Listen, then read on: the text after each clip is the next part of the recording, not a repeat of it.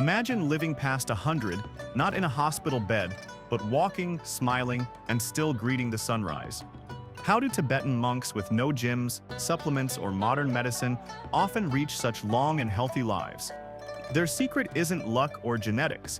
It's how they meditate, breathe, and design every day to support life from the inside out. Welcome to Western Monk. Tonight we'll uncover the simple meditation steps monks used to strengthen body and mind, and how anyone can apply them. From breathing like the mountains to lighting the body's inner fire, you'll see that longevity is less about adding years and more about how you live each moment. Get comfortable and let all this begin. Most people think long life comes from medicine, diet, or luck. But in the high plateaus of Tibet, many monks live well into their 90s or beyond, with steady minds and surprisingly strong bodies. When researchers visit these monasteries, they find something unusual: calm hearts, slow breathing, and almost no chronic stress. For the monks, meditation isn't a wellness trend. It's a way of living that keeps the body and mind working together, like two hands supporting the same bowl. Longevity isn't something they chase. It's something that happens naturally when life is in balance. In the West, we measure aging by numbers, blood pressure, cholesterol, or birthdays. In the monastery, aging is seen as a rhythm. A monk might say, "If your breath is calm, time moves slowly." This belief isn't mystical. Modern studies now show that slow, steady breathing lowers cortisol, stabilizes the heart, and protects the immune system, all key to longer life. Visitors often notice that monks rarely rush. Even when they move fast, their minds remain still. That mental stillness reduces the constant background stress that wears down most people over time. In a world where we multitask from dawn to night, their entire lifestyle is an antidote to hurry. A monk's longevity starts with one thing: how he breathes. Every ritual, prayer, and meditation begins by observing the breath, the bridge between body and mind. Breath is not only air, it's energy, rhythm, and awareness. When the breath becomes steady, thoughts settle. When thoughts settle, the body follows. In monasteries like Drepung or Tserfu, morning meditation sessions often last for hours. Yet, if you watch the monks, they don't seem tired. Their breathing is so slow it's almost invisible. It's said that a trained monk can take only 2 or 3 breaths per minute during deep meditation. At that pace, the heart works less, oxygen spreads more efficiently, and the nervous system rests, a natural state of repair. Some Western doctors who studied these communities noticed that monks often show biological signs of being younger than their age. Their blood pressure tends to stay low, and their cells show lower inflammation levels. These aren't miracles, they're the quiet results of decades of calm breathing and balanced living. But this isn't only about science. There's a philosophical root behind it. In Buddhist teaching, breath is a reminder that life is both fragile and continuous. You can't hold on to a single breath, yet it keeps you alive. This acceptance that everything flows removes the fear of aging, and when you stop fearing time, your body stops fighting it. To live long, the monks say, don't chase years, cultivate rhythm, breathe slower. Speak less, walk with awareness. These are not rules, but ways to give the body room to repair itself. And this is where their easy steps begin, not with effort, but with awareness of breath. Because before you can master inner fire or mantra, you must first learn to breathe like the mountains, slow, steady, and full of life. Next, we'll break down exactly how that first method works, the simple breathing meditation that every monk learns as a foundation for longevity. If you've ever felt your pulse race after an argument or your chest tighten under stress, you already know how breath affects the body. For Tibetan monks, that link is the foundation of long life.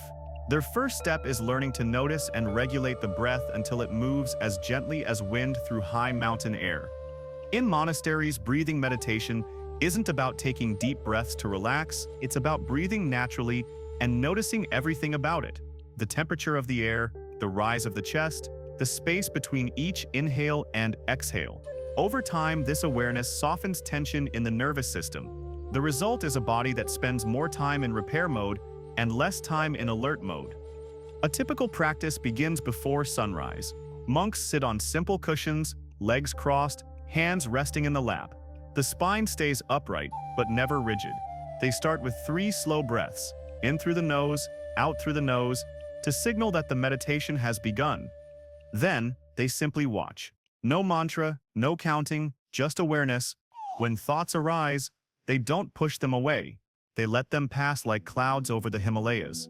After 20 or 30 minutes, the breath becomes so subtle that it almost disappears. That stillness is what they call shamatha, calm abiding. Modern science confirms what monks discovered centuries ago. Slow, mindful breathing increases activity in the vagus nerve, which lowers heart rate and blood pressure. It also balances carbon dioxide and oxygen in the blood, improving brain function and reducing inflammation, a major factor in aging. Many monks describe it simply, when the breath is long, life is long. The rhythm of the breath trains the rhythm of the heart. This steady pattern becomes a kind of inner clock that keeps the body in harmony with natural cycles: sunrise, meals, sleep, work. There's also a cultural layer here. Tibet's high altitude makes every breath precious. Oxygen is thinner, so breathing efficiently becomes second nature. The meditation builds on this environment, breathing less but more completely. It's a training in conservation, not consumption. For someone living in a modern city, practicing this doesn't require a monastery. You can start with 5 minutes a day. Sit comfortably, close your eyes, and just feel your breath. Don't force it. Notice where it begins: the nose, chest, or belly. Gradually, let your exhale grow longer than your inhale. This signals safety to the body, inviting rest and repair. When practiced daily, this simple awareness lowers stress hormones and strengthens focus, both linked to longevity in research on mindfulness practitioners. You'll likely sleep better and feel calmer in situations that once triggered you. That's because each breath retrains your nervous system to respond, not react. Monks say the goal isn't to stop thinking, but to let the body and mind breathe together. When the breath becomes smooth, the mind naturally clears. That clarity allows deeper meditations like Tummo, the inner fire practice, to work safely and powerfully. Without the foundation of mindful breathing, those advanced methods can become strain rather than strength. So if you were to ask a Tibetan monk for one daily habit to live longer, he wouldn't start with herbs or chanting. He'd start likely smile and say, breathe as if you have all the time in the world. And once that rhythm is mastered, they move to the next level, a practice that literally changes body temperature and energy. Tummo, the fire within. If mindfulness of breath is the base of a monk's longevity, Tummo is the spark that fuels it. The word Tummo means inner fire, and it refers to a meditation that uses breath, visualization, and concentration to generate warmth inside the body. To an outsider, it may sound mystical, but to those who practice it, it's simply another form of natural science, one that aligns breath, mind, and body in perfect coordination. In some monasteries, Tummo is taught only after years of basic meditation. It requires calm control of breath and steady focus, while the practitioner visualizes a small flame at the center of the body, just below the navel, the navel chakra. As he breathes slowly through the nose, he imagines this flame growing brighter and warmer. With each exhale, it spreads heat through the spine and limbs, purifying tension and fatigue. This isn't symbolic heat, it's measurable. Western researchers studying advanced Tibetan yogis in the 1980s found that some practitioners could raise their body temperature by several degrees Celsius through meditation alone. The monks sat wrapped in cold, wet sheets in near-freezing rooms, and within an hour, the sheets were completely dry. The body's heat response wasn't imagined, it was activated through controlled breathing and visualization. The mechanics of Tummo are precise. The breathing pattern, often called vase breathing, involves gently holding the breath in the lower belly for a few moments before exhaling. This creates mild internal pressure, warming the core and increasing circulation. The combination of deep focus and slow breath stimulates blood flow and oxygenation, like a natural sauna powered by the mind. Monks believe this practice doesn't just warm the body, it strengthens life energy, known as lung or prana. When energy flows freely, the body's systems, digestion, immunity, and even aging function smoothly.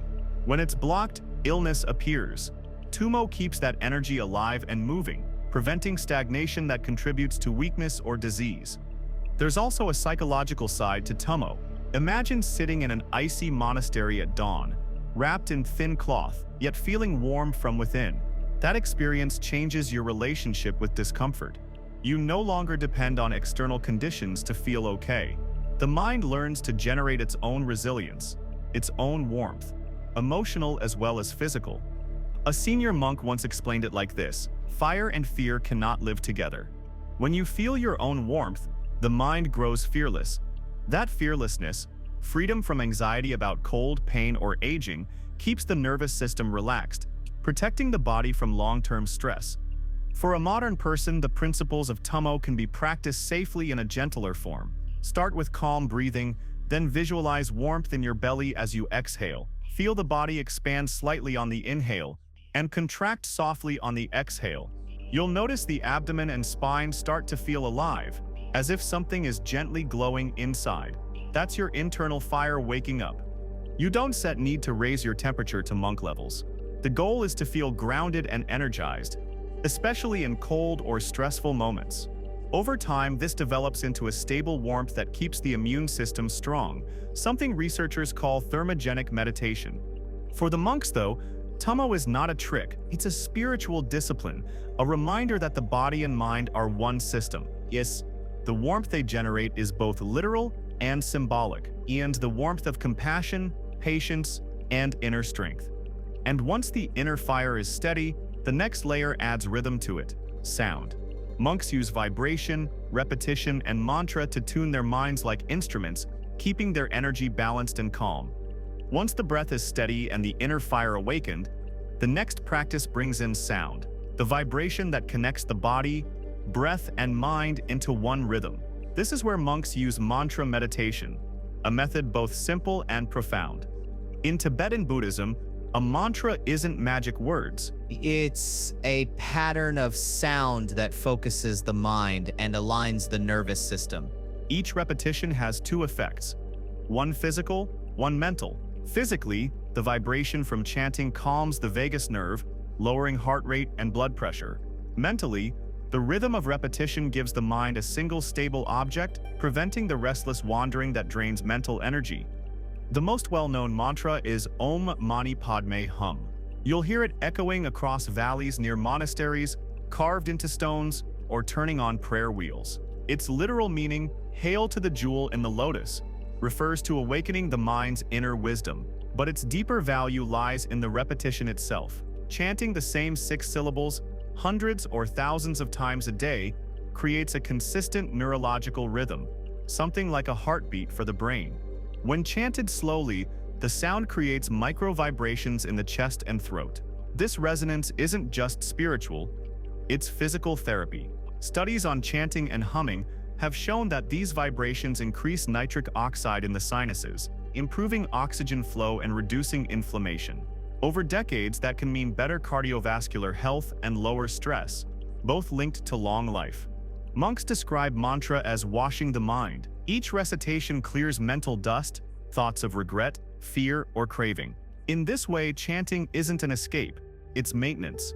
Just as one cleans a room every day, monks clean their inner space through repetition.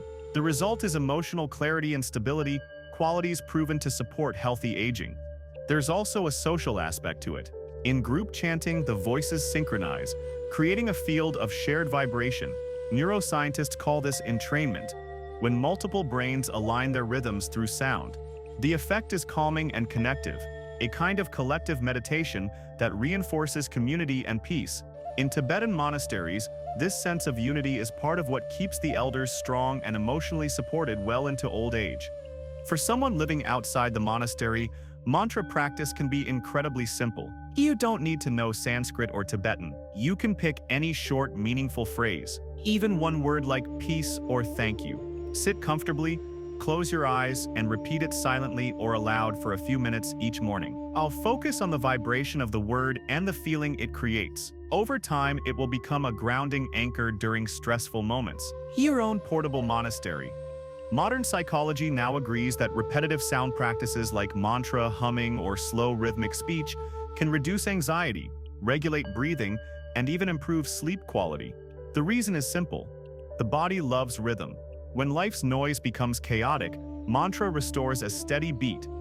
Monks say that as the years go by, the sound eventually continues on its own. The mind chants even in silence. At that stage, they describe the body as light, the mind as clear, and aging as something that simply happens without suffering.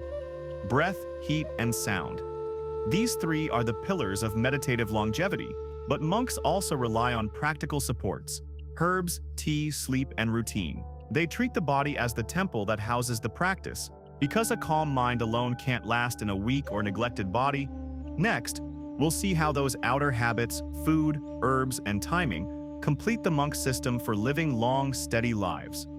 If meditation is the heart of Tibetan longevity, daily habits are its bones. Inside monasteries, everything, from waking to sleeping, follows a rhythm that protects the body as much as the mind. Meals, rest, work, and prayer move in a circle, not a line. This circular rhythm keeps stress low and energy balanced, something modern science now calls circadian alignment. A monk's day usually begins before sunrise. When the air is thin and cold, the first cup of the day is not coffee, it's butter tea. Made from yak butter, tea leaves, and salt, it's rich in fat and calories, perfect for high altitudes. But more importantly, it's grounding. Monks drink it slowly, almost mindfully, using it as both fuel and meditation. The tea's warmth supports digestion and provides steady energy, preventing blood sugar spikes that lead to fatigue.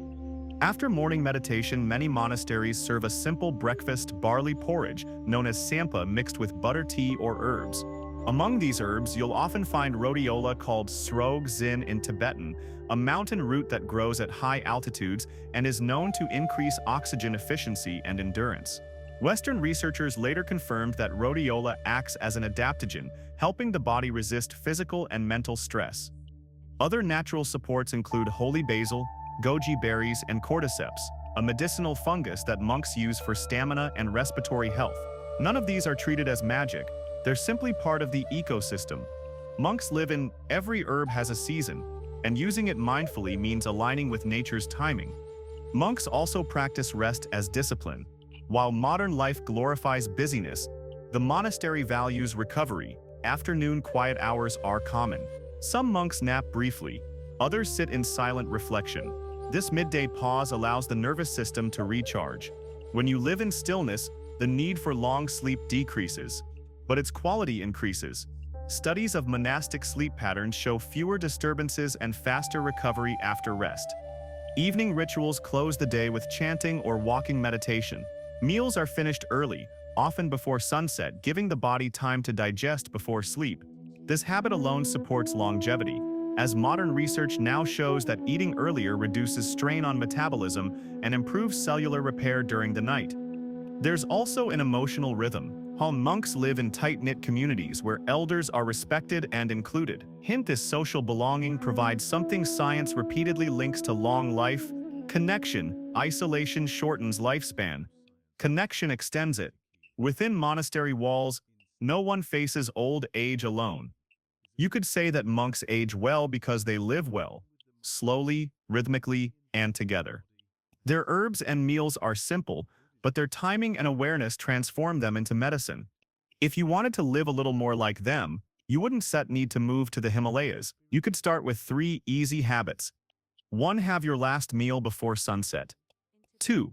Rest or reflect briefly in the afternoon. 3. Add 1 adaptogenic herb, like rhodiola or holy basil, to your weekly routine. Each of these habits mirrors what monks have practiced for centuries to support meditation and extend vitality. Combined with slow breathing and mantra, they create a complete system of living that keeps both body and mind young. And yet, there's something deeper behind all this structure. Monks don't meditate, eat, or breathe this way because they fear death. They do it because they've learned to live without fear of aging. That mindset, more than any ritual, may be the real secret behind their longevity. Let's end there, with a reflection on what aging means when time is no longer the enemy. For most of us, aging feels like something to resist, wrinkles to hide, aches to manage, time to outrun. But for Tibetan monks, aging is a mirror of practice. It's not a failure of the body, it's a teacher of impermanence. They see each year not as loss, but as refinement, like the polishing of a stone through water. When you walk through an old monastery, you'll often find elders sitting quietly by the doorway, prayer beads in hand. Their movements are slow but steady, their faces marked by deep lines that somehow look peaceful. Many of them have spent 60 or 70 years repeating the same rituals, breathing, chanting, sitting, walking. These aren't habits of discipline anymore, they've become habits of being. A Western visitor once asked a Lama, "How do you feel about getting old?" The Lama smiled and said, "Getting old is just another form of staying alive." That answer captures the essence of their wisdom. For monks, meditation isn't about escaping death. It's about understanding it so completely that it loses its power to frighten. And when fear disappears, so does tension. The same tension that quietly drains health in everyday life. Physiologically, this mindset matters. Chronic fear and anxiety are proven to accelerate aging by shortening telomeres, the protective ends of DNA. When the mind relaxes, the body literally preserves itself longer. So when monks meditate on compassion, impermanence, or breath, they're not only cultivating peace, they're lengthening life at the cellular level. You can see this in how they approach each day. There's no obsession with anti-aging products or miracle diets. Instead, there's care for the body, the air, the food, and the people around them. A monk's longevity doesn't come from trying to stay young, it comes from accepting change with grace. Their health is not preserved by resistance, but by rhythm. When their bodies slow down, they adapt rather than complain. When joints ache, they breathe into them. When the mind feels dull, they chant. Every discomfort becomes another moment of awareness, another opportunity to practice. Ibn practiced twi timiweta sulfi. It's a lifelong conversation between body and mind that never stops being kind. For a modern person, this reflection is perhaps the most practical lesson of all. Living long isn't about doing more, it's about doing things with presence. You can begin by adjusting one breath, one meal, or one bedtime. Over time, that small circle of attention expands into calm mornings, strong immunity, clear focus, and the quiet confidence that life doesn't need to be hurried. The monks remind us that time itself isn't the enemy. Distraction is. And the way to live past 100 isn't to chase years, but to fill each day so fully that age becomes just another rhythm in the song of living. So if you take one thought from their example, let it be this. Also, if you take one thought from their example, let it be this. The path to longevity isn't hidden in the mountains. It begins wherever you sit, breathe, and notice that you are alive.